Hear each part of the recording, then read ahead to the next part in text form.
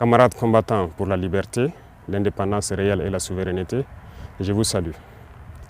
C'est avec immense plaisir et un sentiment de reconnaissance envers vous, mes compatriotes, que je prends la parole aujourd'hui, la veille de la fête nationale de notre chère patrie.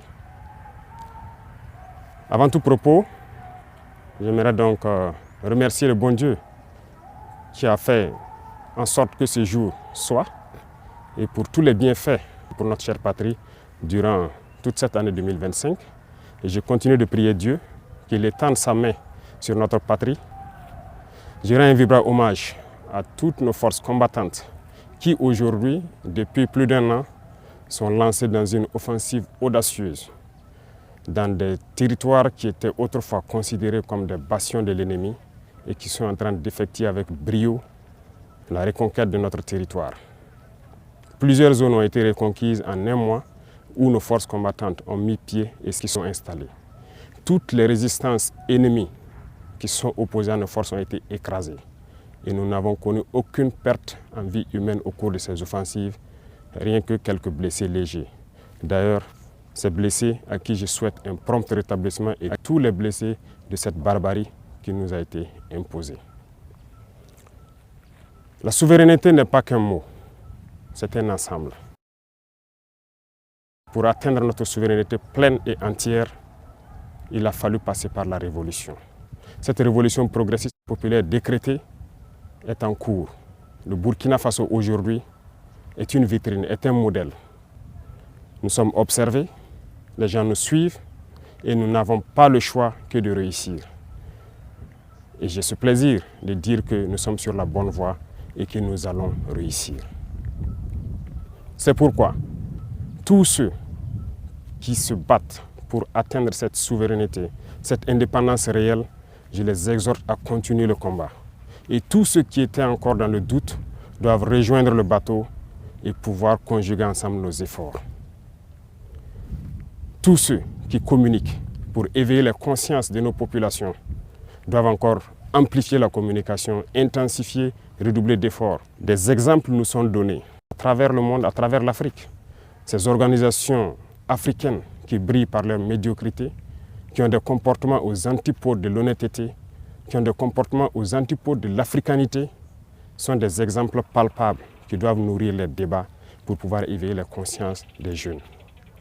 À tous ces opérateurs économiques qui avaient l'habitude, depuis des décennies, d'exporter nos matières premières et de réimporter des matières finies, je les exhorte à changer de logiciel, à comprendre qu'il faut industrialiser notre patrie. C'est là la souveraineté. Ça créera de l'emploi et ça nous permettra de transformer nos matières premières et maintenant devenir exportateurs des produits finis. À tous ces enseignants, ces braves enseignants à qui je tire mon chapeau, qui se battent corps et âme pour transformer les tout-petits, les rendre plus patriotes, plus civiques, les rendre révolutionnaires dans l'âme, je vous exhorte à continuer ce travail parce que c'est par eux que nous pourrons maintenir le flambeau de notre patrie. À tous ces acteurs du monde de la santé qui font des prouesses aujourd'hui, qui hier nous croyions impossibles au Burkina Faso, je vous exhorte à continuer de vous battre. Nous serons de votre côté, nous allons vous appuyer autant que possible en matériel, en logistique pour que vous continuez à exprimer votre talent, à faire en sorte que ce qui se fait ailleurs puisse se faire ici. Et à conjuguer vos efforts avec le monde des tradipraticiens, ceux-là qui utilisent nos plantes pour nous soigner, parce que la souveraineté, elle est aussi sanitaire. À tous ces acteurs du monde agricole qui ont compris le sens de notre combat, qui accompagnent dans l'offensive agropastorale, nous vous rassurons que nous ne ménagerons aucun effort pour que vous puissiez continuer à donner le meilleur de vous-même, pour que cette souveraineté alimentaire que nous souhaitons tant puisse être une réalité et pour toujours. Quiconque parle de souveraineté ne peut pas tendre la main pour continuer à demander à manger. Ça passe obligatoirement par là. Tous ceux qui se battent pour que nous puissions atteindre cette souveraineté sur tous les plans, pour que nous soyons réellement indépendants, je vous encourage à continuer le combat, à intensifier le combat, parce qu'il faut que nous allions vite et bien. Pourquoi je le dis? Il faut que nous allions vite et bien, parce que tout le monde nous regarde. Le monde entier regarde le Burkina, les Africains regardent le Burkina Faso qui a dessiné un modèle. Et il faut que ce modèle puisse donc inspirer d'autres peuples à rejoindre le combat de la révolution pour que l'Afrique soit libre, digne et prospère. La majorité écrasante des peuples qui nous soutiennent prie pour que nous réussissions. Nous les remercions et nous leur disons de continuer à nous soutenir parce que ce combat que nous menons, ce n'est pas uniquement pour le Burkina Faso, c'est pour tous les peuples noirs. Cette minorité qui est encore perdue, égarée, qu'elle soit bien au sommet des États ou bien ces populations qui n'ont pas encore compris, qui continuent à prier pour que nous échouons, nous leur disons merci parce que leur haine nous permet également de continuer le combat et d'aller de l'avant. Et j'espère qu'elles comprendront un jour revenir à la raison et pouvoir se débarrasser de ces gènes de l'esclavage qui les tiennent. Le combat contre l'impérialisme, le néocolonialisme et toutes ces manifestations se mènent tous les jours que Dieu fera. Nous ne baisserons pas les bras, nous continuerons sur notre lancée et je pense que toute la jeunesse est aussi invitée à s'exprimer. Nous continuerons à les encourager pour que nous puissions atteindre nos objectifs parce que la souveraineté, l'indépendance, la liberté que nous voulons pour vivre en paix au Burkina Faso, c'est tout cela. Voilà pourquoi je dis que ce n'est pas qu'un simple mot, c'est un ensemble. Aujourd'hui, nous sommes fiers de dire que nous avons fait des progrès, tant sur le domaine industriel, industrie civile que militaire. Nous avons fait des progrès sur le domaine de la santé, nous avons fait des progrès sur le domaine des infrastructures, nous avons fait des progrès sur le domaine de la défense, de la reconquête.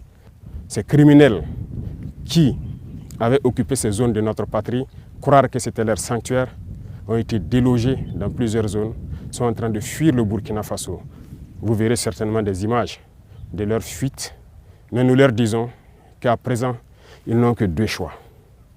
Fuir le Burkina Faso ou mourir, parce que les forces combattantes sont engagées dans cette offensive et ça va continuer. Nous allons poursuivre jusqu'aux limites de nos frontières et sécuriser le Burkina Faso pour que le Burkina Faso vive en paix, se développe, soit prospère, soit un modèle qui inspire les autres nations. Je vous souhaite une très bonne fête d'indépendance dans la sobriété, bien sûr, que ce soit une occasion de réflexion, de pouvoir discuter, d'échanger, de communier pour réfléchir à l'avenir de notre chère patrie et pour que le Burkina Faso soit un modèle. Je répète, le Burkina Faso doit être un modèle pour inspirer d'autres peuples. Vive le Burkina Faso, vive le pays des hommes intègres. Très bonne fête nationale à tout le monde. Je vous remercie. La patrie ou la mort, nous vaincrons.